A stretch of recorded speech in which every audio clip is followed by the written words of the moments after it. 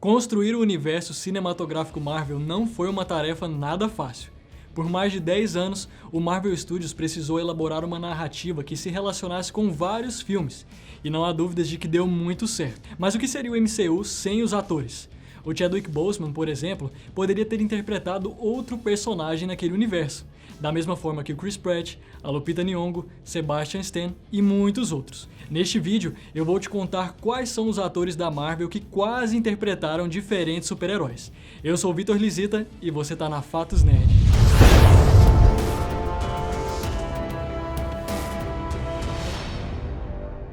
Que o ator Chadwick Boseman foi a escolha perfeita para interpretar o Rei T'Challa, nosso querido Pantera Negra, não há como negar. Tanto é que o próprio Kevin Feige disse que o personagem não será interpretado por outra pessoa, e muito menos aparecerá em computação gráfica em Pantera Negra, Wakanda Forever. Mas você sabia que o Chadwick quase interpretou um cara de Guardiões da Galáxia?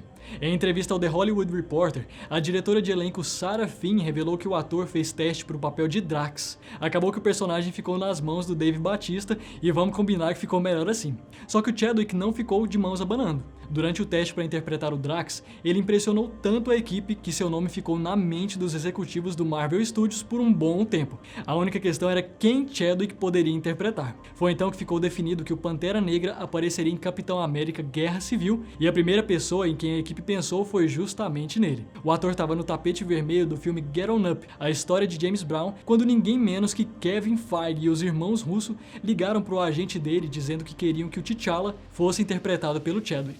E como ele havia impressionado o pessoal, nenhum teste foi necessário. Agora, aproveitando que eu falei sobre o Dave Bautista e Guardiões da Galáxia, outro personagem do grupo quase chegou às telonas diferente. Quando a Marvel começou a escalar o elenco de Guardiões, Sarah Finn decidiu convidar Chris Pratt para fazer um teste como Senhor das Estrelas. Só que esse convite não surgiu aleatoriamente. Lá na fase 1 do MCU, Pratt participou de um teste para interpretar o Capitão América, e dizendo ela que foi interessante e que o ator tinha muito coração. Mas é aquela história, o Chris Evans estava destinado a ser o Steve Rogers. Mas assim como aconteceu com o Chadwick, o Pratt não foi esquecido pelo Marvel Studios e Sarah tinha certeza de que ele era perfeito para ser o Senhor das Estrelas. Só que tinha alguns probleminhas. Pratt vinha de Parks and Recreation e não parecia ser uma estrela de ação. E para deixar tudo ainda mais complicado, parece que o James Gunn não estava interessado em se encontrar com o ator. Quando o Pratt soube disso, a vontade dele pelo teste quase foi embora. Só que a diretora de elenco conseguiu reuni-los em determinado momento. E como ela mesma disse, bastou uma rápida conversa para que James Gunn percebesse que Pratt era o cara perfeito para ser o Peter Quill. Nessa mesma época, o diretor também estava em busca da Nebulosa. E antes da Karen Gillan ficar com o papel, quem fez o teste foi a Lupita Nyong'o.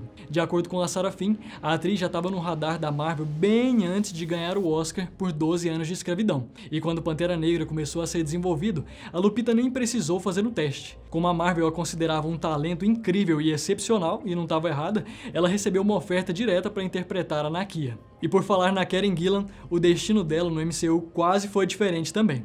Na época da escalação para Capitão América Soldado Invernal, a atriz fez um teste para interpretar Sharon Carter, a Agente 13. E na verdade, a Marvel tinha interesse que a Karen trabalhasse com o estúdio desde antes. Era só uma questão de achar o papel certo. Quando James Gunn descreveu como seria a Nebulosa, que teria um certo lado infantil, a Karen parecia ter nascido para o papel. E olha, não foi só o Chris Pratt que estava no páreo para ser o Capitão América. Você não faz ideia da dor de cabeça que foi definir um ator para o herói. Isso porque o Chris Evans não recusou nenhuma, nem duas vezes, mas várias, dizendo ele que estava com receio do contrato de 9 filmes. E até que dá pra entender isso, né? Só que o Marvel Studios meio que já tinha definido que Evans precisava ser o herói. Mas enquanto ele recusava os convites, o estúdio fez testes com outros atores. E entre eles estava o primeiro e único Sebastian Stan. Hoje em dia, todo mundo sabe que ele é o Bucky Barnes, o Soldado Invernal, o Lobo Branco, como você quiser. E no futuro ele pode até assumir o manto de capitão, como já aconteceu nas HQs. Só que o ponto é que o Sebastian quase foi o Steve Rogers. Ele fez teste e tudo, só que foi informado que não era certo pro papel. Mas se engana quem pensa que ele achou completamente ruim essa notícia. O próprio ator disse que essa decisão funcionou muito bem a seu favor, já que ele ganhou o papel de Bucky Barnes e um contrato para aparecer em 9 filmes. Agora talvez eu cante a bola um pouco antes da escalação do ator. Sabe o John Krasinski? O Jim de The Office, que fez o Jack Ryan e atuou e dirigiu Um Lugar Silencioso? Pois é, eu não sei você, mas eu tô na torcida para ele interpretar o Reed Richards, o Senhor Fantástico. Na verdade, ele mesmo já disse em 2020 e agora em 2021 que tem interesse nesse papel. Alô, Kevin Feige, não deixa a gente na mão, hein? O meu ponto no meio de tudo isso é que Krasinski também fez teste pro Capitão América. E ele disse em uma entrevista que até chegou a vestir o uniforme e atuou com todo o coração no dia do teste. Só que não deu certo. O ator ainda brincou que no dia em questão, o Chris Hemsworth, o Thor, passou por ele no estúdio e o deixou intimidado com seus músculos imensos. São bem grandes mesmo, né? Mas agora chega de Capitão América, bora falar do Homem-Aranha. Quando o ator Jake Gyllenhaal foi anunciado como mistério em Longe de Casa, muita gente achou essa notícia uma escolha certeira da Marvel. Mas talvez isso não acontecesse se o ator tivesse substituído Tobey Maguire na trilogia do Sam Raimi.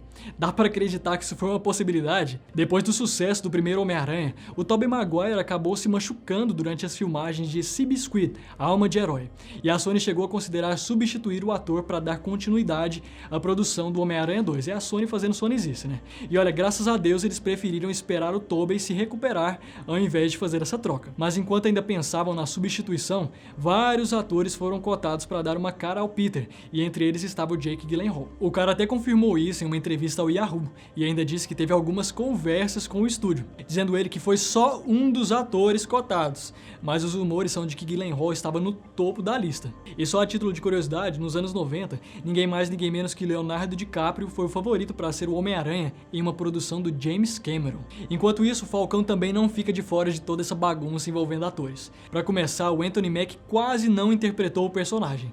Isso porque antes de Capitão América 2, Anthony passou por um teste para ser o Mandarim em Homem de Ferro 3, e não um Mandarim forçado do Guy Pearce, mas sim um Mandarim falso do Sir Ben Kingsley. E bora combinar que o papel deu mais certo com o Sir Kingsley, né?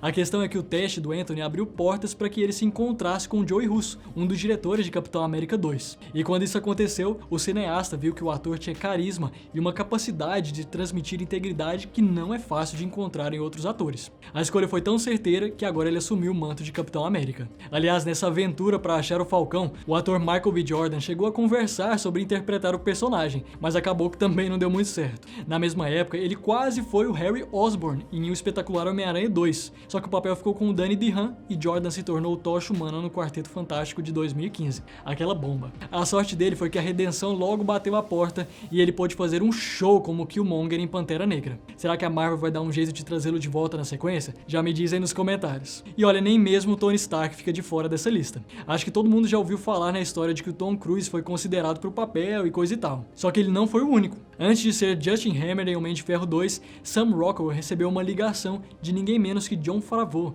para falar sobre a possibilidade dele fazer um teste de tela pro papel de Tony Stark no primeiro Homem de Ferro. A gente não sabe exatamente a ordem dos acontecimentos, mas o Jon Favreau nunca escondeu que precisou insistir no Robert Downey Jr., mesmo que o estúdio estivesse com um pezinho atrás. Bom, como o próprio Sam Rockwell disse em uma entrevista, o Robert foi bem demais no teste e ele nunca mais ouviu falar sobre a possibilidade de interpretar o Tony Stark. E esses foram alguns atores da Marvel que quase interpretaram diferentes super-heróis nos cinemas. Se você quiser uma parte 2 ou um vídeo desse tipo sobre os atores da DC, deixe um comentário aqui embaixo. E claro, curta o vídeo, assina o canal para ajudar a gente nesse começo. Um beijo pra você, falou!